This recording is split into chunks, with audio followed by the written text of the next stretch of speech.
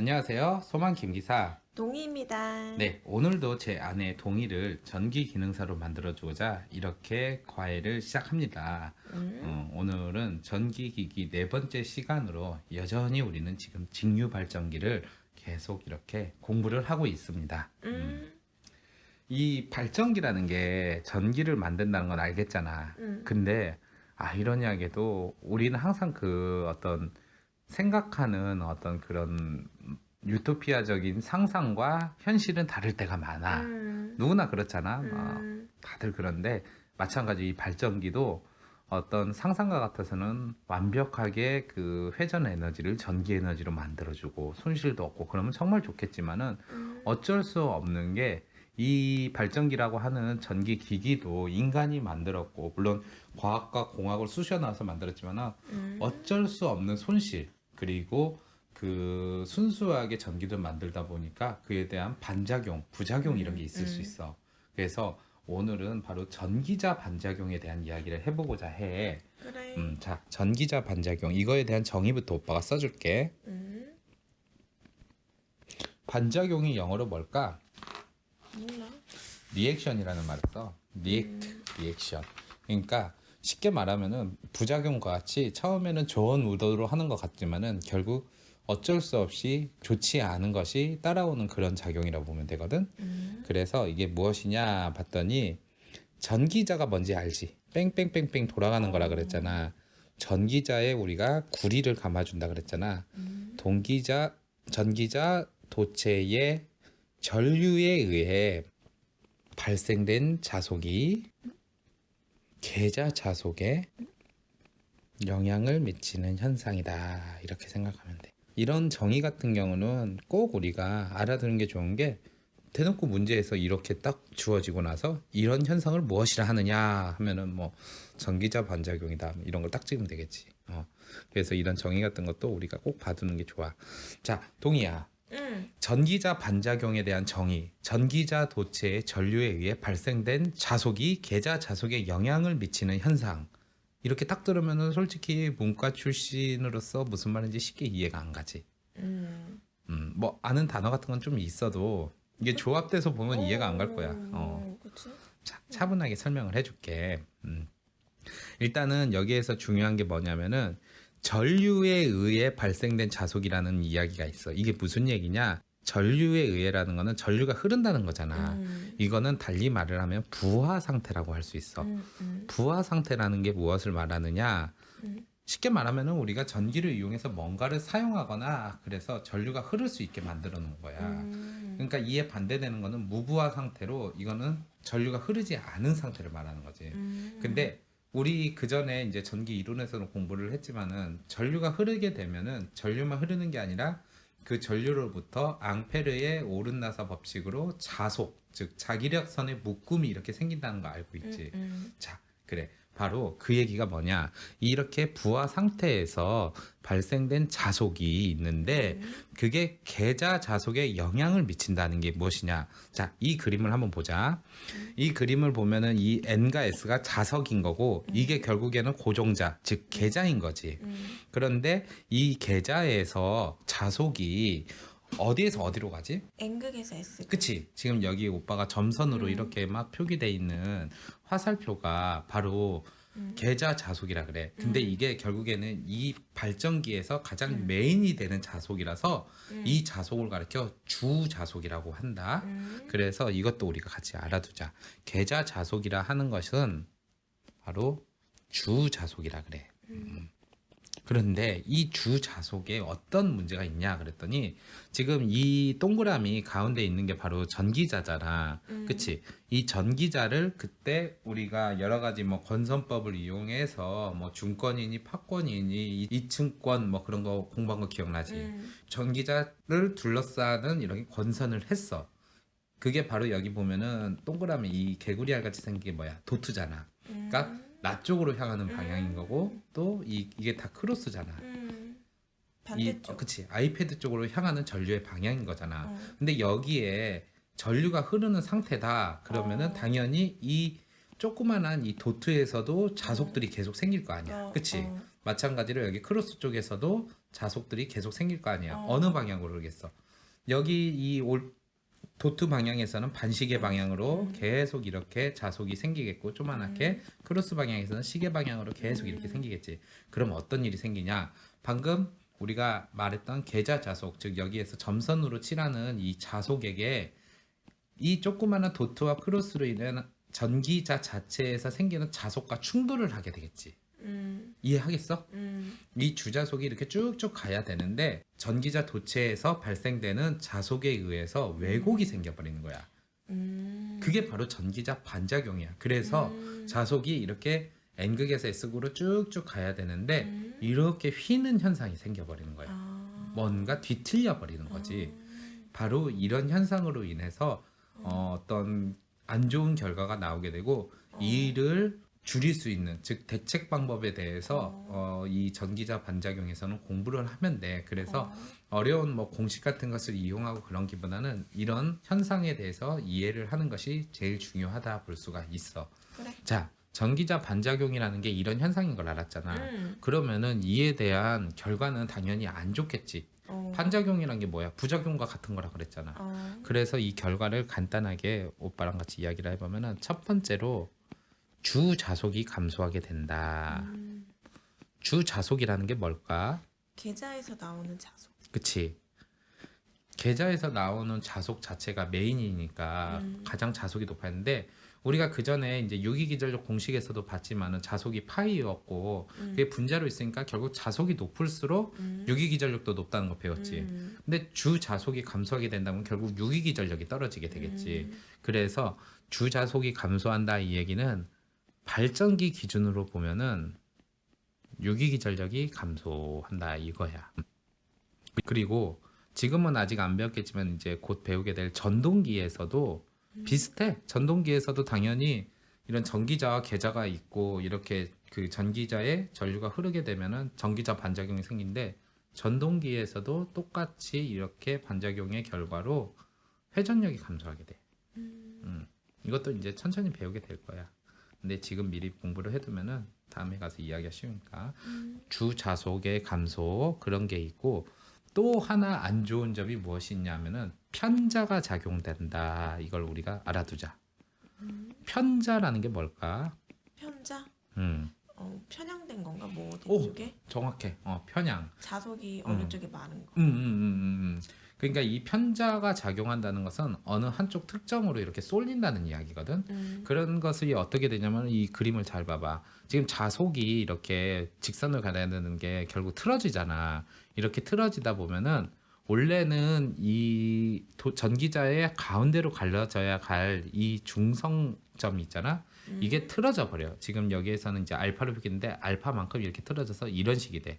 이걸 오빠가 색깔펜을 해줄게. 원래 정상적인 상태가 붉은색 선이면은 바로 전기자 반작용으로 인해서 편자 작용을 통해서 중선선이 이렇게 좀 틀어진 모습이 된다 이거야. 그래서 이 편자 작용의 가장 큰 문제점이 무엇이냐 그러면은 바로 중성축이 이동하게 된다 이렇게 볼 수가 있어. 좋은 게 아니지. 틀어진다는 거. 또 근데 이렇게 틀어지게 되면 어떤 일이 생기게 되냐? 지난번에 오빠랑 같이 공부를 할 때 그 혹시 기억이 날까 모르겠다. 공극을 줄이기 위해서 균합판 또는 균합골이라는 것을 이용을 한다 그랬는데 그게 왜 그러겠어? 4개 이상의 그 극을 가지게 되면은 어느 한쪽으로 쏠리게 되면은 브러쉬라고 하는 것에서 불꽃이 난다 그랬잖아. 동희야. 그때 그 혹시 브러쉬라는 게 뭔지 기억이 나? 브러쉬가 뭐야? 브러쉬가 음. 그 직류 발전기 원리에서 나왔던 건데 뭐 전기자, 계자, 정류자 그다음에 브러쉬인데 그 정류자에서 그 교류에서 직류로 변화를 하잖아. 그러면은 그거를 인출되는 뭐 맞아. 정확해. 브러쉬라는 것을 그때 동희는 이제 화장할 때 쓸어내리는 거라 했는데 이 브러쉬라는 것이 결국 정류자에서 나오는 직류 전기를 이렇게 털어내듯이 돌아가는 그 정류자로부터 전류를 받아다가 외부 회로를 빼주는 역할을 해. 그러다 보니까 계속 마찰이 닿겠지. 그래서 오빠가 그때 브러쉬의 특성 중에 하나가 굉장히 튼튼하게 만들어야 된다. 맞아. 그런 얘기를 했을 거야. 계속 마찰에 힘없이 닳기만 하면 오래 못 쓰니까. 근데 이 브러쉬에 불꽃이 생긴다. 그렇게 되면은 어떤 문제점이 생기냐면 일단 열과 마찰로 인해서 수명이 나쁜 것도 있는데 또 하나의 문제점이 무엇이냐면은 정유 작용이 약화가 돼. 그러면은 그 교류에서 직류로 변환하는 게 약해지는 거야? 그렇지. 그렇게 되는 거지. 그러니까 우리가 이제 정유라고 하는 거는 교류를 직류로 바꿔준다는 건데 이제 바로 뒤에서 설명을 하겠지만은 여기에서 브러쉬가 하는 역할이 굉장히 커. 정유자와 함께. 근데 그 자체가 약화가 된다. 그렇게 되면은 그 정유장 간 편간 전압 불균형이 생기게 되고 뭐 그로 인해 갖고 정유 효율도 떨어지게 되고 그래서 전체적으로 좋아지지는 않겠지. 그래서 이 브러쉬 불꽃 같은 경우를 줄이기 위해서 그 전에 오빠가 이제 균합고리를 해서 정확하게 이렇게 평형을 맞춰줘야 된다 그런 얘기를 했을 거야. 그리고 오빠가 한 가지 더 설명해 줄 건데 이 편자작용을 할 때 중성축이 이동을 하는데 어떤 방향으로 이동을 하게 되냐면은 일단은 발전기 기준으로서는 발전기 자체가 이제 회전하는 게 있잖아. 전기자가 회전 방향으로 이렇게 조금씩 쏠리게 된다. 그리고 이것도 같이 알아두자. 전동기 있잖아. 모터. 전동기의 회전 반대 방향으로 이렇게 조금씩 쏠리게 된다. 이런 것도 객관식으로 내기 너무 좋아. 전기자 반작용으로 인한 편자작용으로 중성축이 이동하는 방향은 해갖고 딱 내기 좋잖아. 발전기는 회전 반대 방향이라면 틀린 거잖아. 이런 식으로 내기가 딱 좋아. 사진 선다니까 경우의 수 갖다 붙여가면서. 자, 그러면은 이렇게 전기자 반작용의 결과를 보고 그냥 냅둘까? 뭐 어쩔 수 없어요. 원래 그런 거예요. 과학이란 게 그런 거죠. 하고 그냥 손 놔버리면 안 되잖아. 그래도 우리는 엄밀히 말하면 이런 공학을 공부하고 기술을 공부하는 입장에서 이를 해결할 수 있는 방법을 고민을 해야겠지. 그래서 이 대책 방법도 같이 공부를 해두자. 그래. 자, 먼저 이를 해결할 수 있는 대책 방법 중에 첫 번째가 바로 보상권선이라는 것을 둔다 이거야. 우리 이거는 좀 역사적인 이야기인데 일본이 우리나라 과거 침략한 거에 대해서 보상금을 줘야 된다. 근데 또 그 어느 쪽에서는 배상을 해야 된다. 그 별 얘기가 다 있잖아. 이 보상이라는 건 뭐야? 뭔가 부족한 것을 이렇게 채워주는 걸 보상이라 그러잖아. 그치? 그러면은 이 권선이라는 거는 결국 도체를 이렇게 갚는 걸 말하는데 이 도체를 갚는 걸 통해서 무엇인가 보상을 해야 된다. 이런 얘기야. 그게 무슨 얘기냐? 바로 계좌 측의 반대 방향으로 이 도체를 사용해가지고 하는 것을 말해. 계좌 측 반대 방향 도체를 사용한다. 이게 무슨 얘기냐? 자, 이 그림을 잘 봐봐. 이 그림을 보면은 여기가 이렇게 크로스고 여기가 이렇게 도트잖아. 이 반대 모양으로 다시 계좌 측에다가 선을 이렇게 넣는다고 생각하면 돼. 그래서 여기는 전부 다 크로스 이렇게 또 도체를 똘똘 감아주고 반면에 도트 모양으로 이렇게 해준다. 그렇게 되면은 당연히 여기에도 전류가 흐르게 되면 여기만에 또 자속이 나오겠지. 그렇게 되면은 전기자에 있는 자속과 서로 반대 방향이기 때문에 틀어지는 것이 좀 맞춰지겠지. 이해하겠어? 그렇게 함으로 인해서 중성축도 틀어진 것을 좀 잡을 수 있겠지. 그리고 또 다른 대책 방법이 무엇이냐 했더니 보극을 설치한다. 이 보극이라는 개념은 우리가 전기기기를 공부할 때 되게 중요해. 그래서 이 보극이라는 단어를 좀 우리가 좀 익숙해질 필요가 있어. 이 보극이 무엇이냐? 자, 지금 이 그림을 보면은 N극과 S극 이렇게 계좌가 크게 두 개가 있잖아. 이 계좌 말고도 보조로 극, 즉 자석을 달아준다 생각하면 돼. 그걸 그림으로 굳이 표현을 하자면은 여기에다가 N극을 놓고 여기에다가도 S극을 두고 이런 식으로 보극을 설치를 해주는데 이 보극을 이렇게 달아주는 가장 큰 이유가 무엇이냐면은 공극이라는 개념. 그게 뭐겠어? 전기자와 계좌 사이의 간격이라 그랬잖아. 그래가지고 이 그림으로 치면은 여 사이의 간격 이게 바로 공극이라 그랬고 영어로는 슬롯? 에어캡. 에어캡. 슬롯은 이제 홈 전기자에 파놓는 홈이라고 했잖아. 보국을 설치한다는 것이 바로 이런 개념인데 이를 통해서 어떤 일이 생기냐면은 자속 밀도 역시나 지금 자속 자체가 이렇게 틀어졌기 때문에 균일하지가 않아. 그 자속 밀도를 균일화하는 역할을 바로 보국이 하게 돼. 이렇게 두 쪽만 있는 것보다 양쪽에 이렇게 더 달게 되면은 아무래도 자속 자체가 더 고르게 이렇게 분산이 되겠지. 그래서 자속을 균일화한다. 이렇게 생각하면 돼. 그래. 자, 이런 거는 충분히 우리가 객관식으로 나올 수 있는 거니까 충분히 공부를 하고 그 다음에 이제 정류작용에 대해서 공부할게. 이것도 특별히 어려운 공식은 없어. 근데 중요한 공식 하나 있으니까 그것만 우리가 외워두면 되거든. 차분하게 잘 들어봐. 자, 이번에는 정류작용에 대해서 이야기를 해볼게. 정류라는 게 뭔지 이제 우리 동의는 잘 알지? 그럼 교류를 직류로 바꿔주는 거. AC를 DC로 바꿔주는 게 바로 정류인데 어떤 원리로 이렇게 바꿔주냐. 근데 그 과정 같은 것을 간단하게 배우고 그 다음에 이 정류작용으로 인해서 나오는 그 정류 곡선이라는 걸 있어. 그것에 대해서 해석하는 것만 공부를 하면은 돼. 그리고 오늘 이 직류기 강의 중에서도 지금 우리가 공부하는 거 있잖아. 이거 되게 중요해서 여기서도 시험 한 두 문제 정도 나올 수 있으니까 집중을 하고 보는 게 좋을 거야. 자, 먼저 정류작용에서 우리가 알아야 하는 중요한 공식이 하나가 있어. 그게 무엇이냐 했더니 정류주기라고 하는 게 있어. 정류주기. 주기라는 것은 우리 주파수의 역수라 그래서 시간 개념이라 그랬지. 그래서 정류주기는 달리 말하면 정류시간과 같아. 그리고 자, 정류주기라고 하는 것을 기호로 TC라고 써. 여기에서 T는 시간의 개념인 타임인 건 알겠지? 근데 여기에서 말하는 C는 정류라는 거의 영단어가 뭐냐면은 commutation 이렇게 말해. commutation? 여기에서 따온 건데 앞으로 이 단어를 보면 정류에 관련된 거다 이렇게 보면 돼. 근데 이제 우리가 시간이라는 것을 우리가 이해하기 전에 혹시 자동차 속도계 같은 거 보면은 속도라는 것이 어떻게 표현해? 예를 들면 100km라 그러면은 100km 미터 per hour 이러잖아. 그래서 시속 100km라 그러잖아.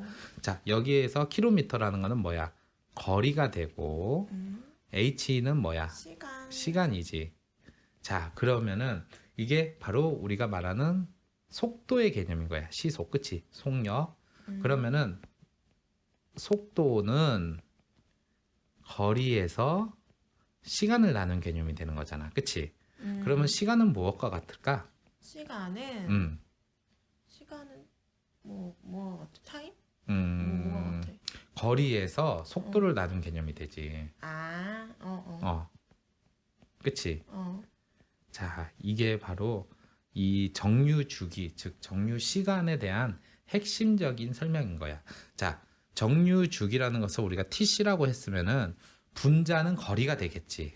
그 분자의 거리가 무엇이냐 봤더니 B 마이너스 델타라고 하는 것을 써. 그래서 델타 소문자를 이렇게 써. 그리고 속도라는 것은 무엇을 쓰나 했더니 소문자 V, C. 이게 뭐야? 소문자 V 우리가 많이 공부했지. 주변 속도라 그랬지. 바로 그거야. 그러면은 여기 이걸 바로 주변 속도라고 했잖아. 주변 속도 공식 혹시 기억이 나? V는 아닌데? 모르겠어. 맞아. V는 지난 강의에서 얘기했지만은 우리가 분으로 따지면은 60분의 대문자 1인데 파이 dn 기억나? 파이 dn. d가 지름이고. 자, 여기에서 그리고 또 중요한 게 뭐냐면은 위에 분자에 해당하는 거리의 개념에서 B라는 것이 있고 델타라는 게 있어. B가 뭘까? 모르겠네. B는 오빠가 여기에도 적었지만 브러쉬 폭을 말해. 그래. 델타는 뭘까? 델타? 몰라? 델타는 여기에서 적겠지만 절연물 두께를 말해. 이게 왜 이제 좀 처음에는 어렵게 느끼지만은 이 원리를 잘 생각하면은 어려운 게 아니야. 자, 동희는 혹시 그 필름 카메라 같은 거 기억이 나? 필름이 어떻게 생겼는지 기억이 나? 뭐 검은색? 검은색인데 오빠는 딱 이렇게 생겼네. 오, 그래, 좋아. 이게 근데 이제 필름은 어떻게 생겼냐면은 약간 배터리 같이 생겨갖고 이렇게 원통으로 돼 있어갖고 이렇게 돼 있어서 여기에 이렇게 보통 이래갖고 이렇게 뭐 찢어진 모양으로 있고 이런 식으로 돼 있어서 여기 사이에 이렇게 사진이란 게 이렇게 딱딱 원래 있는 구조야. 그래서 여기도 사진하고 나머지 여 부분은 이제 막 홈 같은 게 있어서 필름 같은 게 이제 그 톱니바퀴 같은 거에 걸려서 넘어갈 수 있게 됐고 이 부분은 이제 시커매 사진이 없는 부분으로 이렇게 돼 있어.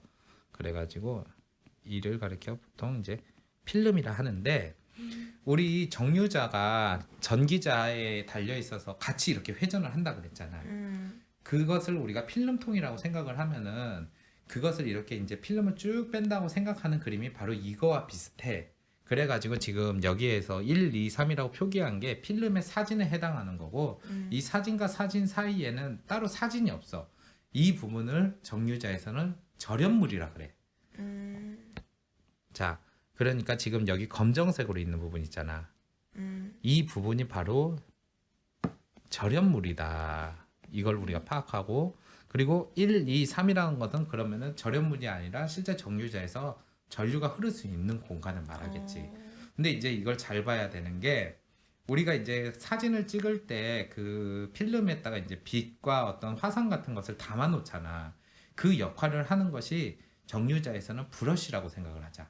그래갖고 이렇게 필름을 쭉 잡아 당긴다. 그런 식으로 이 정유자가 회전을 하게 된다면은 브러쉬는 고정되어 있지만은 이 정유자가 회전을 하면서 이게 스스스스 움직이겠지. 정확하게 말하면은 자, 이 그림을 자세히 잘 봐봐. 지금 이 브러쉬는 그대로 있는데 이 필름에 해당하는 정유자가 회전하면은 이게 이런 식으로 싹싹싹 움직이겠지. 그치? 그런 것을 우리가 잘 상상을 해서 봐봐. 브러쉬 자체는 여기에 딱 닿아 있는데 정유자가 이제 작동을 하기 시작한다. 즉 브러쉬가 회전을 하게 한다 그러면은 정유자는 그 자리에 가만히 있지만은 이게 이제 이쪽으로 움직이겠지. 움직이면은 이게 1, 2, 3이 점차 이렇게 밀려나가는 느낌이 되겠지. 그래가지고 여기에서 이제 중요한 게 뭐냐면은 여기 이 검은색 부분은 절연물이라 그랬잖아. 즉 전류가 흐르지 않은 상태인 거야. 무슨 말인지 이해하겠어? 여기를 거쳤다가 또 한 번 회전하게 되면 그 다음 사진에 해당하는 3번으로 이렇게 접촉을 하겠지. 그리고 계속 이렇게 회전을 하게 되면은 원래 처음에 있었던 것이 2번인데 2번을 떠나 완전히 3번으로 자리를 잡겠지. 여기까지가 이해가 가? 근데 여기에서 중요한 게 뭐냐면은 정류 주기, 즉 정류 시간이라는 개념이 어디에 이렇게 되냐 그러면은 지금 이 정류 전인 상태가 아니라 정류 초기, 즉 이 브러쉬가 이 절연물의 끝에 닿는 것부터 시작을 해서 이렇게 점차 움직여 갖고 다시 브러쉬의 끝이 여기에 해당하는, 즉 절연물의 이쪽 끝에 해당하는 것까지의 길이가 바로 정류 주기라고 볼 수 있어. 그렇기 때문에 여기 이만큼에 해당하는 거 오빠가 색칠로 해줄게. 지금 여만큼에 해당하는 그 길이만큼이 바로 정류하는 시간이라고 볼 수가 있어. 즉 정류 주기가. 그렇기 때문에 이 브러쉬 전체 폭에서 여기 가운데에 전류가 흐르지 않는 절연물 쪽 있잖아. 여기를 뺀 만큼이 바로 정류 시간이다. 그렇기 때문에 이 분자로는 B-델타를 사용한다. 이거야. 왜냐? B는 브러쉬 폭, 그리고 델타는 절연물 두께이기 때문에 그래. 무슨 말인지 이해하겠어? 이거에 이 개념에 대해서 자세히 알 필요는 없지만 최소한도 이 정류주기 공식이 이렇게 된다는 걸 꼭 알아두자. 그리고 여기에서 또 중요한 게 뭐냐면은 같은 그림인데 이것은 이제 우리가 회로까지 이렇게 같이 나타내서 그린 그림이야. 그러면은 알다시피 계자는 자석으로 돼 있으니까 N극, S극, N극으로 돼 있고 전기자가 이렇게 회전을 하다 보면은 이 사이로 자속이라는 것도 흐르겠지만은 이제 전기를 만들게 된다. 유기기전력이 이렇게 전류가 흐르는 게 있잖아. 처음에는 당연한 거지만은 우리가 어떤 식으로 전류가 흐르냐. 이게 회전자가 돌아가면은 사인파 곡선 형태로 간다 그랬잖아. 기억나지? 이렇게 가면은 원래는 올라갔다 내려갔다 올라갔다 내려갔다 이런단 말이야. 그런데 지금 여 사이에 이렇게 절연이 돼 있잖아. 절연이 돼 있다는 거는 전류가 올라갔다가 어느 순간에 딱 끊어져. 그치? 절연이 돼 있으니까. 그런데 그 뒤에 또 다시 이렇게 전류가 흐른다 그러면은 거기에서 반대 방향으로 가는 게 아니라 같은 방향으로 올라가게 돼. 자, 그게 무슨 얘기냐? 지금 이 그림을 보면은 알겠지만은 봐봐. 이렇게 정류자로 이렇게 브러쉬가 스쳐가면은 원래는 올라갔다 내려갔다 올라갔다 내려갔다 하는 방향인데 여기 자체가 이제 이 사이에 있다는 게 바로 우리가 절연물이잖아. 절연물을 거치게 되면은 순간적으로 전류가 흐르지를 않아. 그리고 나서 그 다음에 이제 정류자, 이게 정류자 편이라 그래. 사진과 같은 걸 정류자 편에 닿게 되면은 결국에는 올라갔다 내려갔다 하는 방향이 반대 방향으로 가게 돼. 그래서 여기에서 올라갔다가 내려왔는데 절연물을 만나고 나서 다시 정류자 편을 만나게 되면 내려가는 게 아니라 내려가는 것의 반대 방향으로 전류가 흘러. 그래서 다시 올라가. 그리고 나서 그 다음에 내려오냐 그랬는데 내려가는 게 아니라 원래대로 있는 정류자 편을 만나기 때문에 다시 올라가. 이게 무슨 얘기인지 알겠어? 그러니까 사인파 곡선이긴 한데 우리가 말했잖아. 교류의 가장 큰 특징은 시간이 지남에 따라 크기와 방향이 바뀐다 그래갖고 크기의 개념을 여기 면적이라고 보면은 방향은 플러스냐 마이너스냐 이걸로 따진다 그랬었지. 근데 지금 봐봐. 전부 다 올라갔다가 내려가지만 반대 방향으로 안 가잖아. 그러니까 계속 같은 방향으로 움직인다 그랬잖아. 직류의 가장 큰 특징이 크기와 방향이 일정하다 그러잖아. 근데 지금 이 정류 작용을 통해서 크기는 올라갔다가 내려갔다 해서 좀 바뀔지언정 방향은 전부 다 일정한 방향으로 가게 돼. 이걸 이제 깔끔하게 우리가 알고 있는 직류 모양으로 바꿔주기 위해서는 그 중간에 이제 커패시터도 이용을 하고 그리고 그 뒤에 레귤레이터 같은 걸 이용해서 완전히 깎아주는 것이 중요한데 일단은 그 커패시터나 레귤레이터의 작용은 지금 우리가 몰라도 돼. 하지만은 최소한도 원래 우리가 알고 있듯이 이쪽 방향으로 이렇게 돌아갔어야 되는 것을 이 정류자 편을 통해서 이렇게 지나가면서 결국 전류의 방향이 바뀌게 돼서 이렇게 올라갔다가 내려가지만은 반대 방향 안 가고 또 올라갔다 내려갔다 올라갔다 내려갔다 이런 식으로 돼서 직류를 만든다 이 개념이야. 여기는 좀 우리가 어려울 수 있는데 굳이 이제 시험을 합격을 위해서라면 자세히 알진 않고 대충 정류자 자체가 전류가 반대 방향을 흐르는 것을 막아줌으로 인해서 같은 방향으로 가게 해준다 이런 것에 대해서 알아두면 좋겠어. 그래, 알았어. 자, 그리고 마지막으로 정류 곡선에 대한 이야기를 해줄게. 동희야, 이거 그래프 어디서 많이 본 것 같아? 히스테리시스 곡선이 조금 비슷하게 생겼어. 히스테리시스 곡선하고 비슷한데 히스테리시스 곡선은 이렇게 가서 대각선점. 이렇게 올라갔다가 다시 돌아왔다가 다시 이렇게 가는 모습이었잖아. 근데 이거는 보면은 좀 잎사귀 같이 생겼는데 이게 사실은 이 곡선이 이렇게 생긴 게 아니라 총 4개의 곡선을 이렇게 그린 거야. 그래서 이러한 곡선을 바로 정류 곡선이라 그래. 이 곡선 갖고도 문제를 내기가 너무 좋아. 각 곡선마다 특징이 있거든. 그래가지고 이 곡선에 대한 특징 같은 것도 알아두고 이것을 바로잡기 위한 대책 그런 것도 같이 공부를 하면 되는 거야. 자, 먼저 잘 생각을 해봐. 오빠가 앞서 정류 작용에서 정류자가 하는 가장 큰 일이 뭐라 그랬어? 전류가 그 반대 방향으로 가고 뭐 그런 것을 잡아줘가지고 같은 방향으로 가게 해준다 그랬잖아.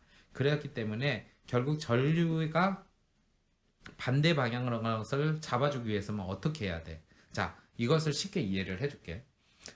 어떤 비탈길에다가 차를 세워놨는데 그 차가 주차 브레이크가 고장이 나가지고 차가 뚫뚫뚫 굴러가. 그러면 그 차를 막으려면 그 차가 굴러가는 방향으로 힘을 줘야 될까? 아니면은 그 차가 굴러가지 못하는, 즉 오르막 방향으로 힘을 줘야 될까? 보자. 그치? 그게 바로 이 이야기야. 이게 바로 이제 그 리액턴스 전압과 관련된 얘기인데, 자, 이게 무슨 얘기냐면 이 그래프에서 잘 봐봐. 플러스 IC, 마이너스 IC라는 게 있어. 여기서 말하는 C라는 거는 앞서 말한 우리가 정류에서 말하는 그 정류 전류를 말해. 그런데 이제 플러스에서 마이너스로 간다. 이 얘기가 무슨 얘기냐? 결국에는 방향이 바뀐다는 거야. 그렇기 때문에 여기에서 플러스에서 마이너스로 가는 것, 즉 이 유기기전력을 반대 방향으로 이렇게 넣어주는 힘 자체는 가장 이상적인 것이 중간에 왜곡도 없이 고르게 이렇게 힘을 넣어주는 거야. 그래서 여기에서 가장 고르게 이렇게 흘러가는 모습 자체가 뭐냐? 바로 대각선으로 이렇게 바로 가로질러 가는 거. 이거야, 이거. 그래서 이걸 가리켜 우리가 이제 1번을 넣었는데 이 1번이 무엇이냐? 가장 이상적이기 때문에 직선 정류라고 한다. 직선 정류. 사실 이렇게만 되면은 가장 좋겠지.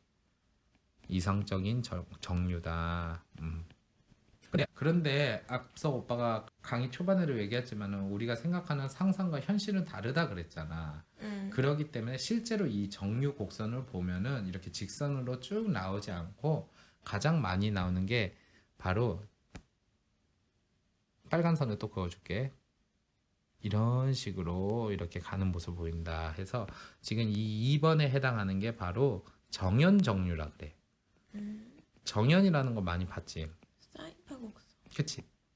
사인파 곡선 자체를 정연파 곡선이라고 하는데 사실 이 정연이라는 단어가 우리가 잘 안 써서 모르겠지만은 이 활 모양을 말하는 거야. 그런데 우리가 보통 활을 생각하면은 이런 모양이 아닌데 일본 애들의 쓰는 활 모양 자체가 그 이런 식의 느낌인가 이때 이렇게 활을 쏘고 이렇게 해서 푹 잡아당기는 그렇기 때문에 이렇게 휘는 모양 있잖아. 우리가 정연파 곡선을 이렇게 하듯이 이걸 가르쳐 일본 애들은 자기네 일본 활같이 생겼다 해가지고 이걸 정연이라 쓰는 건데 이 곡선 모양도 마치 그 일본 활같이 생겨갖고 정연 곡선이라 그래.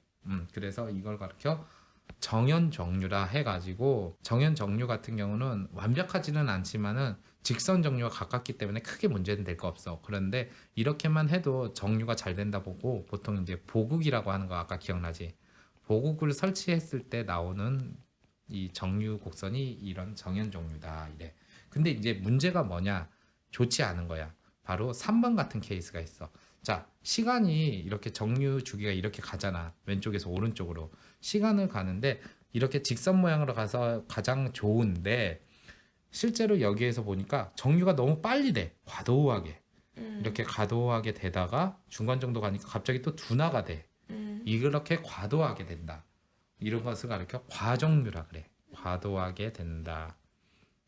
잘 생각해야 돼. 과정류가 이렇게 부풀어 오르는 게 아니라 처음에 급속도로 됐다가 나중에 완만하게 되는 게 과정류인 거고 그에 반대되는 것이 바로 이 4번 곡선. 처음에는 느긋하게 되다가 나중 가서 갑자기 확 되는 거. 둘 다 안 좋은 거야. 이걸 가르쳐 부족정류라고 한다. 이런 거야. 그래서 과정류의 단점은 뭐냐?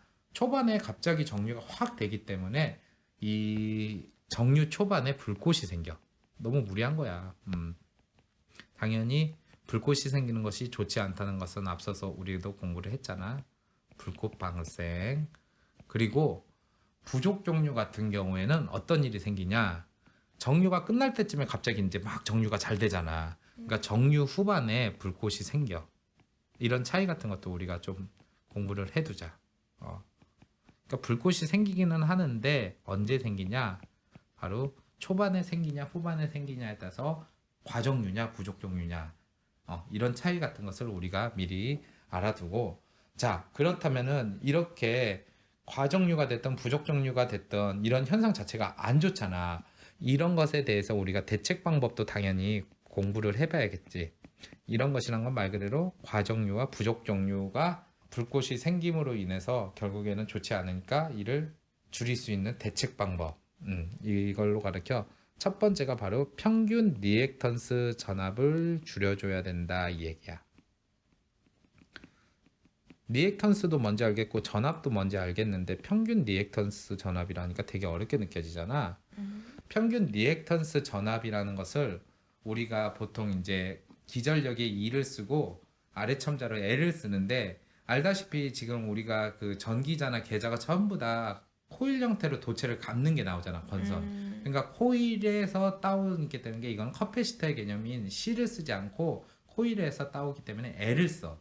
그렇기 때문에 먼저 리액턴스 전압에 대해서 간단하게 얘기를 해줄게. 이런 것은 우리가 공식으로 시험에 나올 수도 있고 일단은 이해를 해주면 좋아. 리액턴스 전압이라는 것은 L을 쓰는 이유는 코일을 감기 때문인 거고 이것은 마이너스 L dt분의 di다. 그리고 전압으로 쓰는 볼트를 사용한다. 자, L이라는 거는 우리가 알 거야. 바로 코일, 인덕턴스잖아. 그리고 dt라는 거는 시간의 증가율, di라는 것은 전류의 증가율. 그러니까 시간에 비해서의 전류의 증가율을 바로 리액턴스에 곱해주는데 여기서 부호가 마이너스라는 건 뭐겠어? 반대 방향. 그치, 방향이 반대라는 거야. 그러니까 앞서 오빠가 말을 했잖아. 이 비탈길에 차가 내려가려 그러면은 그 차가 내려가는 방향과 반대 방향인 올라가는 쪽으로 힘을 줘야 된다. 그 얘기를 했잖아. 그래서 반대 방향으로 이렇게 전압이 흐른다라고 보면 되는 거고, 그리고 평균 리액턴스 전압은 좀 중요한 개념이야. 평균 리액턴스 전압 같은 경우는 우리가 꼭 알아두는 게 좋은데, 이 공식은 거의 비슷해. 이 L은 L 곱하기 TC가 뭐야? TC는 아까 나왔는데 정류 주기, 주기. 정류 시간이잖아. 그리고 여기서 말하는 IC라는 거는 바로 정류 전류를 말해. 그런데 왜 이 IC를 쓰냐 그랬다면은 평균이잖아. 그러니까 플러스가 됐든 마이너스가 됐든 그걸 이제 절대값으로 보게 되면 두 개가 있기 때문에 전류를 두 개를 만든다. 그래서 IC 곱하기 1을 하는 거고, 그걸로부터 바로 정류 시간을 나누어서 인덕턴스를 곱한 거. 이게 바로 되게 중요한 개념이야. 왜냐? 이 대책 방법에 대한 가장 중요한 게 이거 공식에다 다 나와 있어. 자, 이 대책 방법으로 오빠가 앞서 말했지만 평균 리액턴스 전압 자체를 낮춰줘야 된다. 그래서 이렇게 평균 리액턴스 전압을 낮추기 위해서는 하는 일이 무엇이냐면은 보극 있잖아. 보극. 보극을 설치를 해야 돼. 근데 이 보극을 설치하는 방법으로 인해서 그 정류 곡선을 괜찮게 만드는 걸 가르쳐 전압 정류라 그래. 이 개념도 같이 우리가 알아두자. 왜냐하면은 저항 정류라는 것도 있고 해서 보극을 설치하는 개념 같은 경우는 전압 정류다. 이렇게 보면 되고, 그 다음으로 우리가 또 어떤 방법이 있느냐 봤더니 인덕턴스 L을 작게 하자 이거야. 근데 이거는 딱 봐도 알 것 같아. 왠 줄 알아? 지금 평균 리액턴스 전압을 낮춘다 해서 평균 리액턴스 전압 오빠 파란색 썼잖아.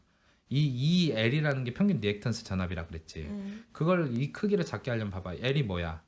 L이 작아야지. 그치, 인덕턴스잖아. 인덕턴스 L을 작게 한다.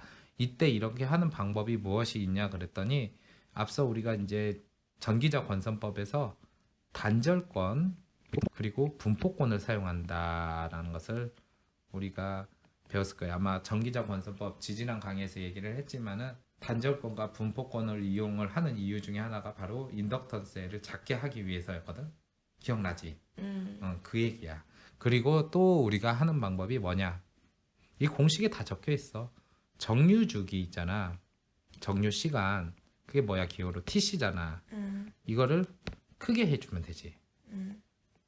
말 그대로 지금 이 평균 리액턴스 전압 공식에서 TC가 분모로 있잖아. 분모가 커질수록 결국에는 평균 리액턴스 전압이 작아지겠지.